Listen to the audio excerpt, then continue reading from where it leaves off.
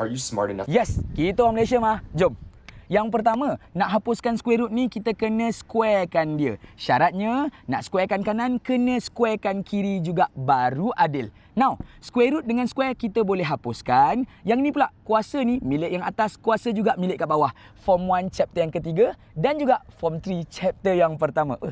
Form 1, 3, 3, 1. Wah, sekarang ni kita akan dapat A kuasa 2 bahagikan dengan 2 kuasa 2 sama dengan, dah hapus kan? Dapatlah A. Bro and sis, dapat yang ini 2 kuasa 2, 4. Bahagi campak sebelah jadi darab. Nanti kita akan dapat A kuasa 2 bersamaan dengan 4A. Nak buat apa?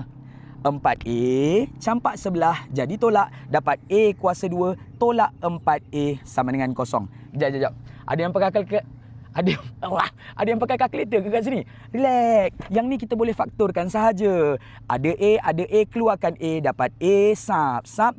Yang ini tinggal 1A, yang ini A-nya habis. Dapatlah A tolakkan dengan 4 sama dengan kosong. Sampai sini, yang belah kiri sama dengan kosong, yang belah kanan sama dengan kosong. So, A kita berapa?